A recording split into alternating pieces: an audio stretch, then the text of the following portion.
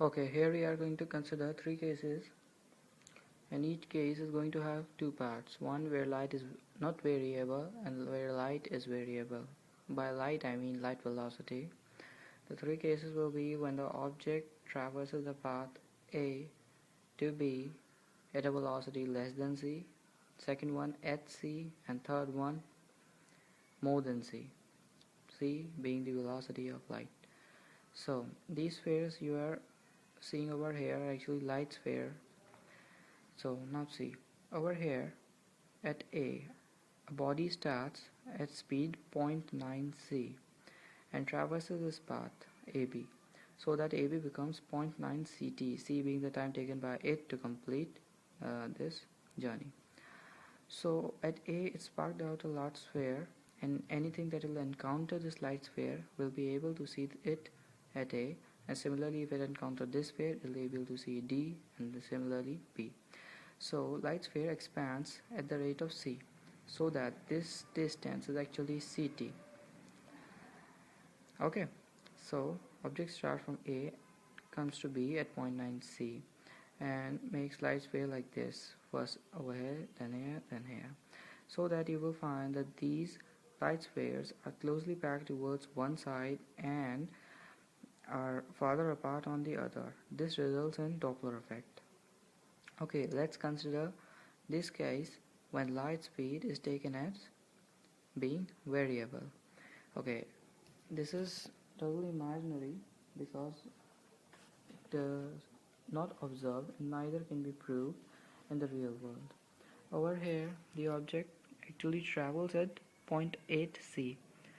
This path is covered from A to B.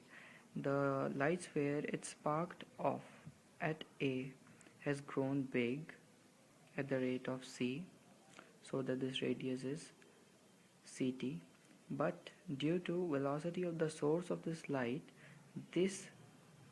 sphere has actually traversed along with velocity 0.8 c, so that it is moving with the source of the object.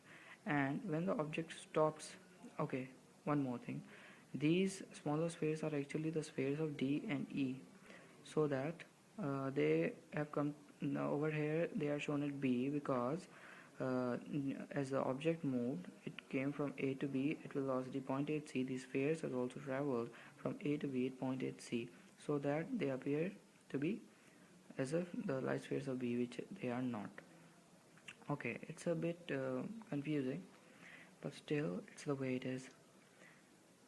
These spheres actually move with the velocity of the source. Even if the source stops here, the light sphere do not stop neither expanding nor moving in the direction or motion of the source, because they have been sparked off and are no more related to the source.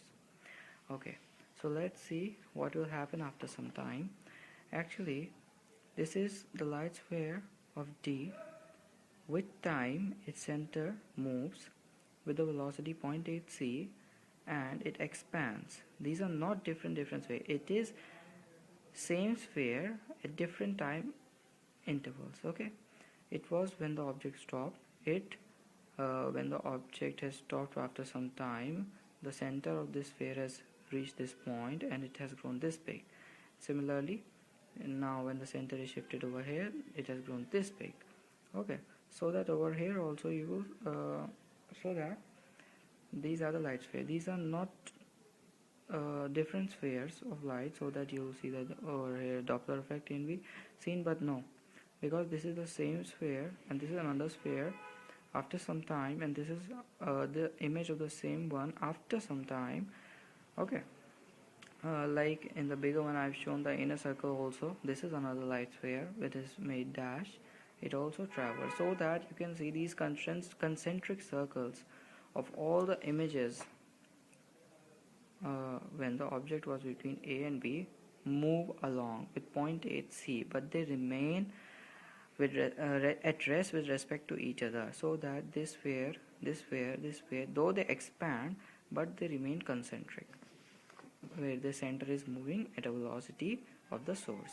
Okay, let's consider another case when the object is moving at c. Over here we have broken one law, that an object can travel at the speed of light. Okay, so it's very easy. Over here the light sphere that the object sparked off has now reached this much big. It has reached AB because it was traveling at c, so that the AB is actually ct, which is same as the radius of the light sphere of A, which also expands at the rate of c, so that AB is ct. Similarly, this is of D, and this sphere is of DE, which I am not marked over here, no problem. Okay, so there is some peculiarity about this. An observer situated at Z will encounter all these spheres together, so that it will see the object to be situated at every point on this path AB. Another thing is that over here you can see this very high Doppler shift. Okay, so you will see the object to be situated at all these places between A and B. So let's consider this case when light is variable. Okay, light being variable,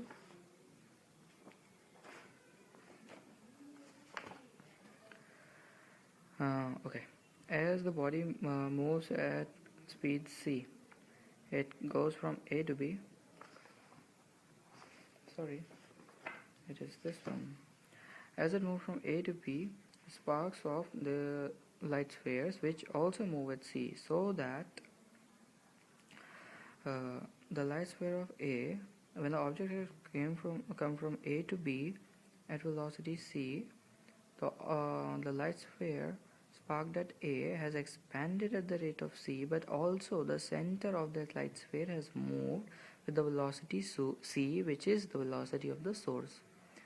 So it has come over here, and similarly it is with D and E, so that they constitute a set of concentric circles.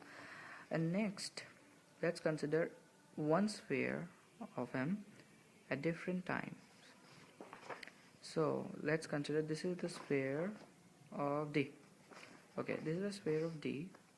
As its center moves over here at the velocity c, and it expands at the rate of c, it is shaped like this, and then when its center has moved to this point, as it is moving at velocity c, that of source, and expanded like this. This is the image of the same light sphere that keeps on expanding at the rate of c as time passes, and whose center also moves along with the velocity that of the source. Okay. Now there will be no problem in seeing these objects in these cases. Okay, only you'll encounter Doppler shift. But let's consider a stranger case than this.